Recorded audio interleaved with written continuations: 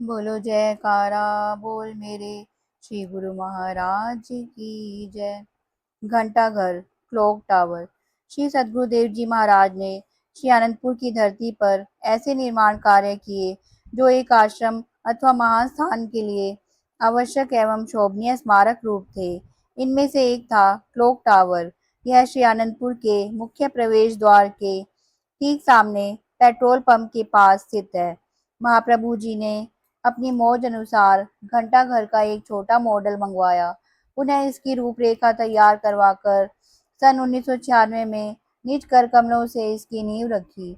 महात्मा ज्ञान विचारानंद जी को इसका निर्माण कार्य पूर्ण करने की श्री आज्ञा फरमाई। लगभग 60 फुट ऊंचे इस घंटाघर को बहुत ही खूबसूरती से बनाया गया है। अंदर ही अंदर ऊपर पहुंचने के लिए सीढ़ी भी बनाई गई। इसमें 6 फुट इंटू 6 फुट का क्लॉक लगाया गया। 7-8 मास में ही इसका निर्माण कार्य पूर्ण हो जाने पर आपने इसका भव्य मुहूर्त करते हुए पावन श्री वचनों में सबको समय की बहुमूल्यता दर्शाते हुए फरमाया, इस संसार में समय ही सर्वश्रेष्ठ और बहुमूल्य वस्तु है। समय की कदर करने वालों ने ही यहाँ मान बढ़ाई और प्रसिद्धि प्राप्त की है। जितने भी उच्च कोटि के शिरोमणि पुरुष हुए हैं अथवा वर्तमान युग में विद्यमान हैं, उन सबकी उच्चता, दूरदर्शिता और प्रतिभा का आधार समय का सम्मान है। उन्होंने अपने समय के एक एक क्षण का गौरव जानते हुए उसे परोपयोगी कार्य में लगाया। जो मनुष्य अपने अति मूल्यवान समय का एक पल भी व्यर्थ नहीं गवाता और उसे सही काम लेता है, वह अपने उद्देश्य में सफल और विजयी होकर अपने लिए प्रगति का पथ खोज लेता है। यदि समय को नाम की कमाई में नहीं लगाया जाता, तो मनुष्य के प्रमाद में रहने से मन और माया उसके विचारों में प्रबल हो जाते हैं और उसे परमार्थ से दूर ले जाते हैं। फल यह होता है कि मनुष्य कहाँ तो नाम की कमाई से अध्यात्म की उच्च चोटी पर पहुंच जाता और कहाँ वह मन माया के अधीन होकर 84 लाख योनियों के चक्र में ही उलझ कर रह जाता है। यह कितने बड़े लाभ व हानि का प्रश्न है। इसलिए इस विषय में मानव को हर तरह से सचेत और सतर्क रहने की आवश्यकता है। सांसारिक व्यवहार में होने वाली लाभ व हानि की आत्मिक लाभ व हानि से तुलना नहीं की जा सकती। घड़ियाल तुझे देता है मुनादी, घड़ी उम्र की एक और घटा दी। जिन गुरुमुखों को इस बात की समझ आ जाती है, वे अपने समय को कदापि नष्ट नहीं होने देते और यह समझ केवल उन्हें ही आती है जिन्हें सद्गुरु के वचन में विश्वास और निष्ठा है। आत्मिक उन्नति के आगे सांसारिक मान प्रतिष्ठा ऐसे हैं जैसे अमूल्य हीरे की तुलना में कांच और कौड़ियों की राशि। सत्पुरुषों की संगति में जब यह तथ्य समझ में आ जाता है, तो फिर गुरुमुख अपने समय की वास्तविक महत्ता को जान लेता है। वह हितचित से परमार्थ और भक्ति की कमाई करके अपना जन्म सफल कर लेता है। यह घंटाघर सबको निरंतर समय की सूचना देता रहेगा। आप सब गुरुमुख समय का सदुपयोग करके उससे पूर्ण लाभ उठाते हुए महापुरुषों की प्रसन्नता प्राप्त करें। उपस्थित गुरुमुखों ने श्री वचनों को श्रवण कर अपने धन्य भाग्य मनाए। सबको प्रसाद वितरित किया गया। मुख्य द्वार के सन्मुख बना यह विशाल टावर अपने आप में कला का एक अद्वितीय नमूना है। यह एक प्रतीक बनकर दर्शनार्थी संगतों को श्री आनंदपुर में पहुंचने का संकेत देता है। बोलो जयकारा बोल मेरे श्री गुरु महाराज जी की जय। पथरी ताल, गोंडा। संत तुलसी साहिब जी की वाणी है। पार्वती या भूमि का क्या कहूँ वर्णन भाग, 10,000 के बाद यहाँ संत रहे यही जाग। सुनो हृदय कहूँ संत की महिमा अगम अपार, कर प्रणाम वही भूमि को शंकर बारंबार। भगवान शिव जी और पार्वती जी किसी वीरान स्थान के ऊपर से गुजर रहे थे। वहां पर पार्वती जी ने नीचे की ओर देखकर कहा कि इस भूमि के सौभाग्य तो देखो। 10,000 वर्षों के पश्चात त्याग तपस्या की मूर्त संत महापुरुष यहाँ पर विराजमान होंगे। वहीं पर संतों के परम शिष्य हृदय ने जैसे ही सत्पुरुषों की अगम अपार महिमा का वर्णन किया, तो शिवजी ने उस भूमि पर बारंबार नमस्कार किया। अभिप्राय यह है कि त्रिकालदर्शी संत महापुरुषों ने जिस भूमि पर पदार्पण कर उसे अपनी कर्म स्थल एवं ज्ञान स्थल का स्तंभ बनाना हो, उस भूमि के सौभाग्य को जगाना हो, तो कष्ट कठिनाइयों को सहन करते हुए उस धरा को श्रेय देते हैं।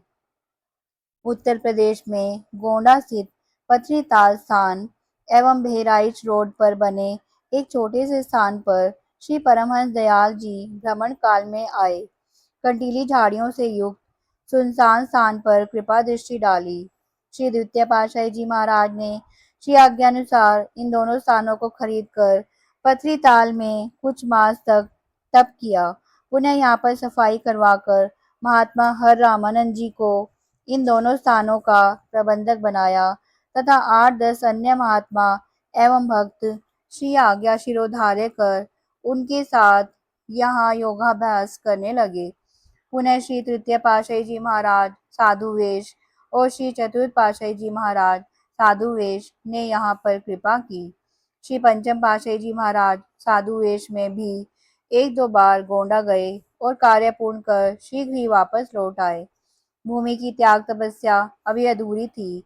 वहां पर रहते हुए शरणागत महात्मा जन एवं भक्त अपनी समयावधि को पूर्ण कर श्री गुरु चरणों में समा गए। उस भूमि को निरंकुश समझकर कुछ वीतरागी सन्यासियों ने वहां धूनी रमा ली।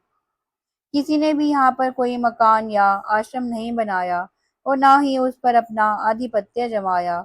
सत्य तो यह है कि अधूरी तपस्या को पूर्ण करने के लिए तपस्वियों ने यहाँ डेरा लगाया। श्री सद्गुरुदेव दाता दीनदयाल जी रूहानी जानशीनी के पश्चात परमार्थ एवं आश्रम निर्माण कार्य को उत्तरोत्तर विकास दे रहे थे।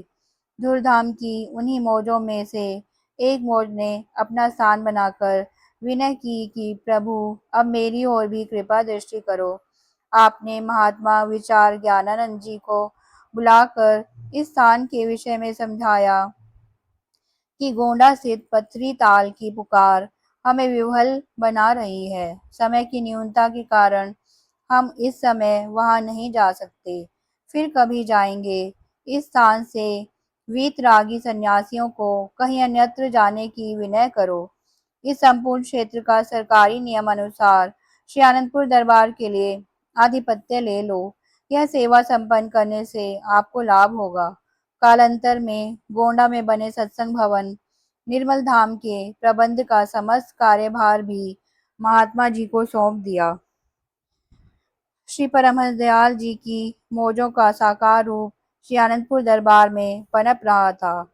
श्री परमहंस अवतार श्री तृतीय पातशाही जी महाराज ने श्री मुख से फरमाया था कि श्री आनंदपुर में अधिकतर साधु वेश में ही गुरुमुख प्रेमी दिखाई देंगे। आप उन वचनों के अनुरूप अपनी ही दिव्य मौज से समयानुसार संस्कारी अधिकारी एवं पुण्य आत्माओं को साधु वेश प्रदान करते। हर बार श्रीमुख से वचन फरमाते हुए कुछ ना कुछ नई लीला रचाते। एक बार आपने कुछ बुजुर्ग भक्तानियों को साधु वेश देकर फरमाया कि साधु वेश पहनने का केवल एक ही अर्थ है कि अपना सर्वस्व समर्पण। मन को पूर्णतया समर्पण करना ही समर्पण कहलाता है। श्री वचनों को तत्पर शिरोधार्य करना ही वास्तविक समर्पण है। श्री वचनों पर मनन करते हुए मन कोई न कोई अपनी चाल चलता है। सर्वदा यह ध्यान रखें कि साधु वेश का अर्थ क्या है। उस समय मन की न मानते हुए श्री वचनों को प्रमुखता देना ही परम कर्तव्य है। आपने उन सब बुजुर्ग भाइयों को उसी दिन ही साथ में एक एक सेवादार देकर अलग अलग चकों पर भेज दिया और फरमाया कि वहां पर एक रात्रि रहकर दूसरे दिन साय समय श्री आनंदपुर आ जाना। उसके पश्चात ही सबको उपयुक्त स्थान एवं सेवा प्रदान की जाएगी। उस समय सब प्रेमी जन श्री दर्शन अमृत रस पान कर रहे थे। भजन बोलने वाली सेविकाओं की मंडली तथा अन्य गुरुमुखों को उन्हें स्वागत सहित बस में बिठाने के लिए भेजा। भजन कीर्तन करते हुए जयकारों की ध्वनि से आकाश को गुंजायमान करते हुए सबने झूमते झुमाते हुए उन्हें विदा किया। उस समय का नजारा अनुपम एवं अलौकिक था।